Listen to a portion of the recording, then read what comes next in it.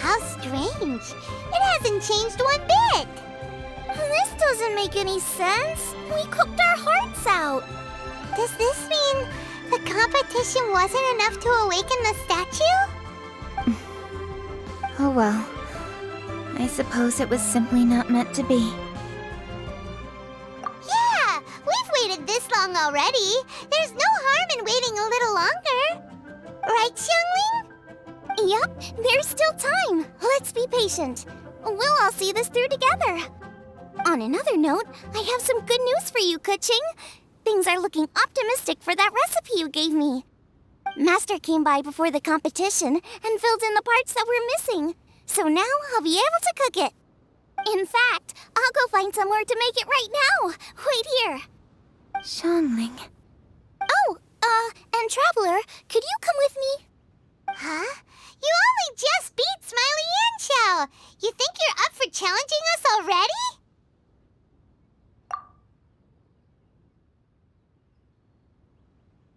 Obviously not what I meant. You collect recipes, don't you? I thought you'd probably be needing this dish during your travels, so I figured I'd share it with you. Oh, right! Paimon knew that. Sheesh, we totally misread that situation. Huh? Jeez, careful eating your words so fast. You'll give yourself heartburn. What are you staring at me for? Go on, go get on with your cooking.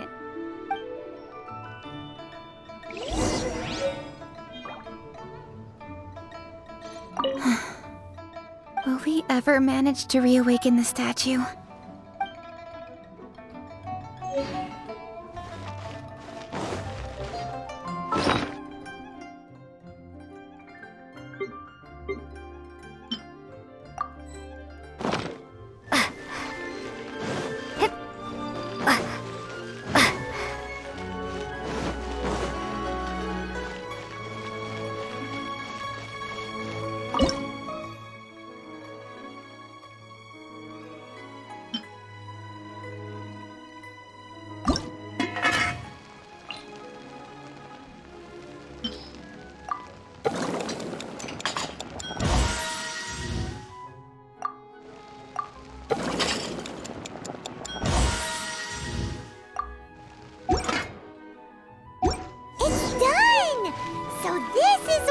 From the recipe looks like. Let's go give it to Kuching. Mine's ready too. Let's go together.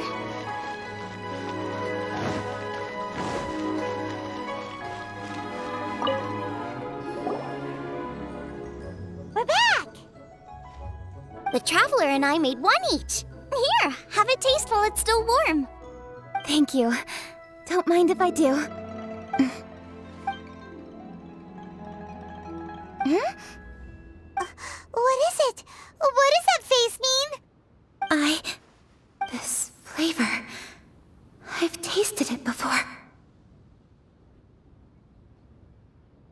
Apologies. Xiangling, Traveler, thank you both. This is everything I had hoped it would be. It tastes wonderful and... quite amazingly, somehow it took me right back to my childhood. When my grandfather was still around. Really? That's awesome! I didn't have a chance to fully explain before. In fact, when Master had filled in the missing parts of the recipe for me, I realized that I already knew how to make this dish. You already knew? You mean you were able to make this without ever seeing the recipe? Uh-huh. My dad taught me how to make it. Wait, but isn't this dish from Kuching's grandpa's notes, though? About that. I do not believe that this recipe was my grandfather's creation. My grandfather was a well-known real estate tycoon in Liyue, and also a scholar. He was an avid collector of old books and was quite knowledgeable on many of Liyue's customs and traditions that are no longer practiced. As a child, I used to spend a lot of time with him in his study.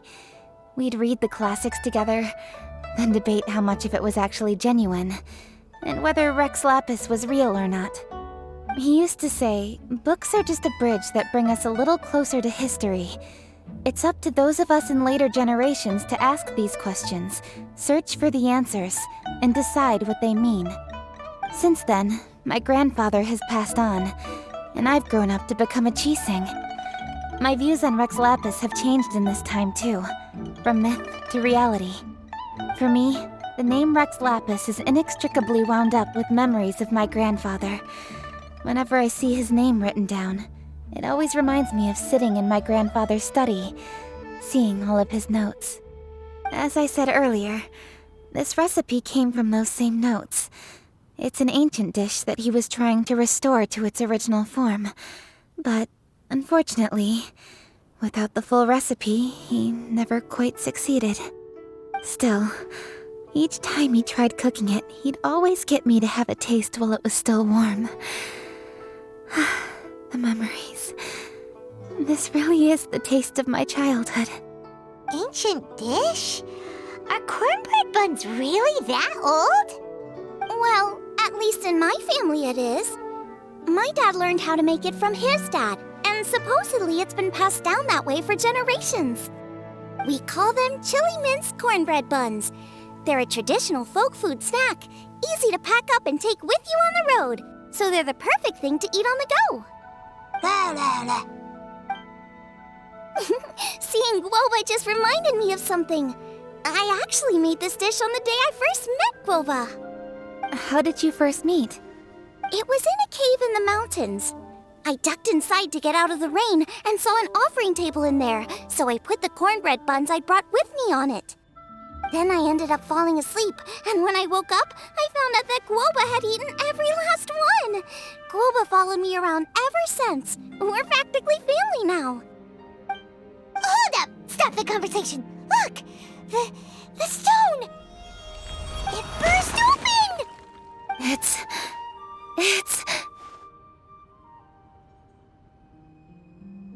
Guoba? What are you... What? Ah, I see the chili mince cornbread buns have been served. Master! Granny, look! The stove god statue looks just like Guoba! Oh, indeed it does. After all, Guoba is the deity you've been searching for. God of the stove. Guoba is a god? You asked me if a sufficiently festive atmosphere would be enough to reawaken the stove god. And my answer is this. Yes. And no. The stove god has always been a deity with great affection for the people, and who acts in response to their desires.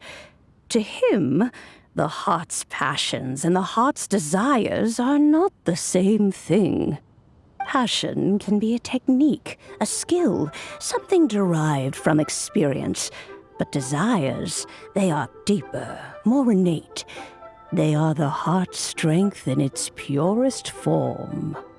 Masterful chefs is wonderfully exciting, but it is more an exercise of passion than of desire. And passion alone will not suffice to reawaken the stove god from his deep slumber. But just now, when Kuching ate this dish she had longed for, a deeply held desire was fulfilled. As well as receiving an answer to her question, she also gained something much more precious. A moment of poignant nostalgia so vivid, it felt like she was right there alongside her grandfather. The enormous power unleashed by the fulfillment of this desire resonated with the stove god's statue, and caused it to manifest once more the form it took in the past. Of course, the stove god himself is not contained within the statue. The true stove god has been here with us all along. How does it feel, seeing a statue of yourself from your glory days? Look at him. Still so majestic. Glory days? Wait, what happened? Did Guoba used to be different from now? Oh, yes. Back in his day, your Guoba was once the patron god of the soil. But all the wisdom and power he had then, he has since surrendered to the soil itself. A god surrendering their power to the soil. I have heard this turn of phrase before, but what does it mean? The kinds of trials and tribulations that a land can face are far more than you could imagine. Droughts, floods, torrential rain, hurricanes, earthquakes, tsunamis, fires, and plagues.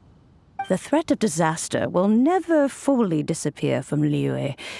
Even woes that have never been faced before in history will come to pass in the future. Such things affect you mortals far more than we Adepti, with our immortal forms. He once walked with you over the barren plains until you arrived at last at the harbor. He joined you in building your dwellings and lighting the stoves. It was his hand that lit the very first street lamp of Liyue and brought the aroma of cooked food into every household in the land. You mortals no longer remember him, but back in the age when you did, he was the closest of all the Adepti to the common folk.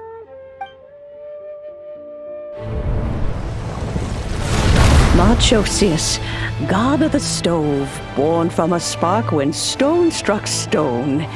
He was a god with a great love for humanity and their well-being. Millennia ago, the people sought to expand their city. They built a dwelling on the plains and called it the Guoba Assembly. The stove god cared greatly for the people, turning himself into minions who went into every home, fostering food and solidarity alike.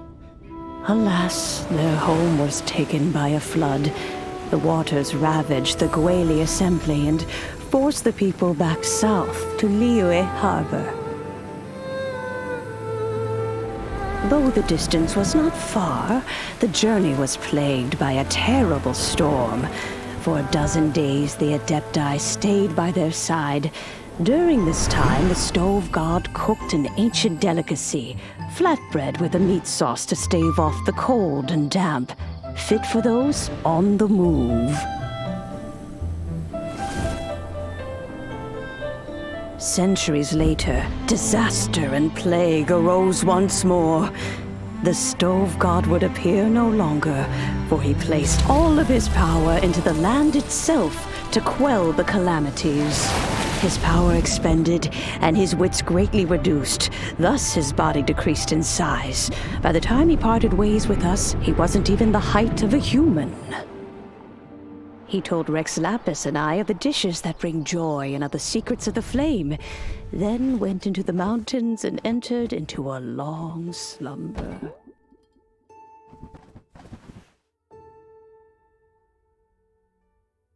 The stove god departed, and Guoba was born. When he awoke, he ate the chili mince cornbread buns placed on the offering table by a young lady in yellow. Though he did not remember the past, he was profoundly moved and decided to follow this young lady thereafter. The stove god had quietly disappeared, but the vendors rose early to hawk their wares. People went out to buy goods, lit their stoves, and cooked food, just as they had done every day for as long as they could remember. In Liyue, things have always been this way.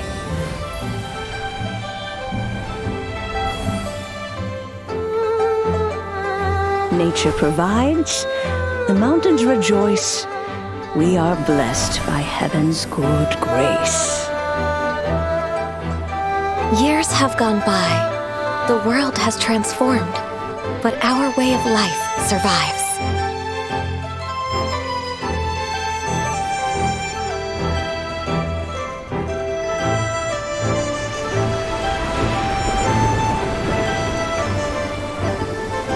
Fame and fortune is only a season. It is the moment that we should embrace.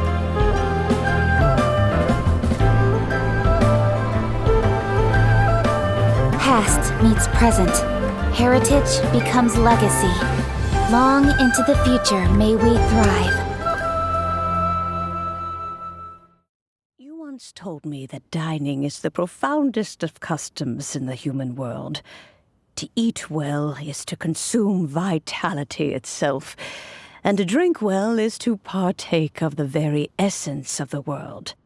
It is a matter of paramount importance, you said, for people cannot face the arduous journey ahead on an empty stomach. At once a humble affair and a profound one. A humble meal of maize and spring water is also profound in that. By ensuring one's survival, it paves the way for millennia of human history and culture to come. My dear friend, Liyue has changed so much while you have slept. Looking at the prosperity and beauty around us today, does it make you happy? Guoba, this is kind of a huge deal. Why didn't you say anything? He is not who he once was. Even the power of speech evades him now. There is no way he could have told you. Oh. Guoba, but... Zhongling. Do not be saddened, Xiangling. There are two sides to everything. Guoba may have lost many of his formal faculties, but he is now as carefree as can be, without a single worry in the whole world. In this world we inhabit, who can truly be said to live a life free of all woes? Those with a mind and with the knowledge will certainly be troubled by all manner of things. But he has gone further than us in his journey. He had both wisdom and courage. Everything he took upon himself, he was also ready to part with. His carefree demeanor today is a testament to the fact that he is at rest. So since you are his friend, take good care of him. Go out to walk and play. Allow him to eat, drink, and be merry. I will! You can count on me! Zhongling, you have an adeptal affinity. Guoba follows you around because he has respect for you.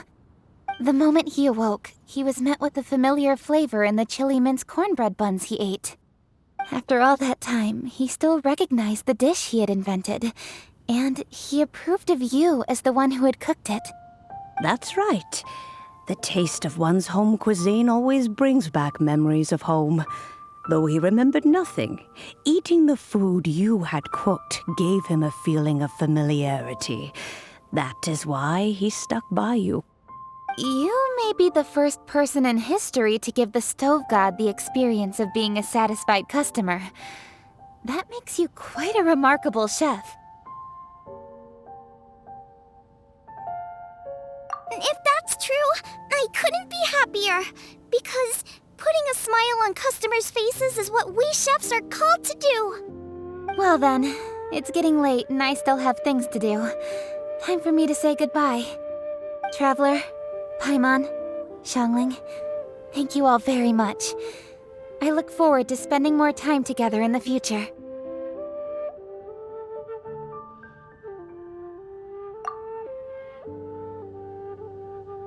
I guess my dad's probably heard the good news already, but I should still go catch up with him. Master, it's been a while since you came by. Why don't you join me? He thinks about you all the time, you know. He's always telling me to invite you over. Oh, goodness me. Then, far be it from me to refuse. Off we go, then. Let's saunter over gently and see how all the city folk are getting along.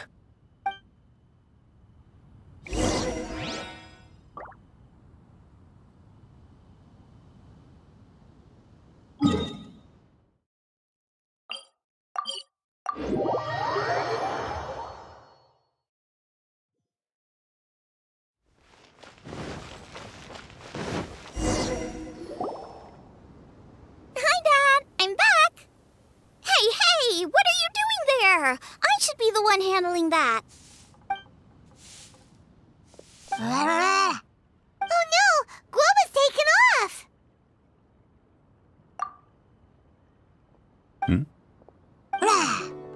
Oh, it's you. Hello there, old friend.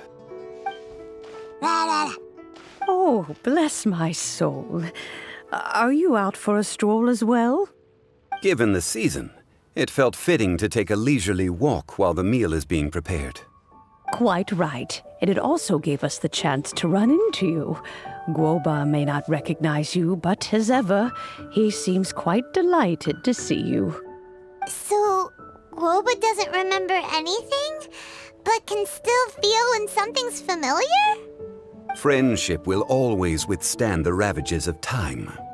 Traveler, what do you think of the name of this festival? Moonchase. The moon is a carrier of countless emotions. So many things only seem to surface as we gaze up beneath its poignant glow. Wherever the moonlight shines, the heart is wont to follow. Fond memories of those no longer with us. Debts of gratitude to old friends. The meaning of ages past and gone. All wrapped up in the city that has existed for so many moons to date. All these things and more. They are why people chase the moon. In old age, the sight of many things puts one in a wistful mood. But children are always a beautiful sight to see. Such exuberant life force. It seems to well up from deep within the land itself. A land that has been in existence for so many millennia, and yet one that still dazzles today. Traveler, this Moonchase festival has been all the more entertaining with you here to witness it. Now, let's have Zhongli brew us a nice pot of tea. We shall drink and chat at our leisure. I simply have to try the winning dish of this year's Masterful Chefs.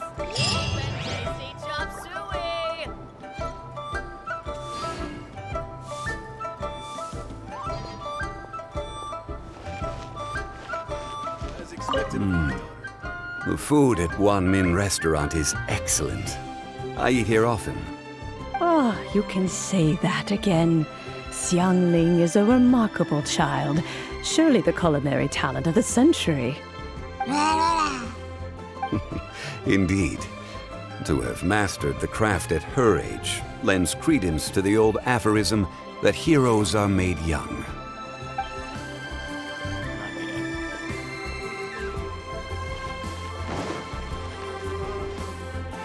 As expected of my daughter, Everyone's here to eat.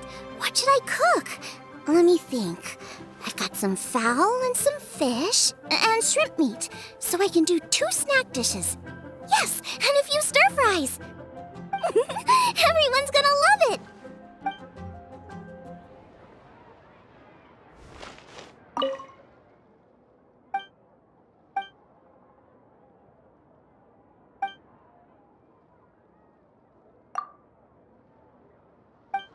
is it time for some Moonchase specialties? We have to try. As expected of my daughter, your culinary skills are getting better and better still.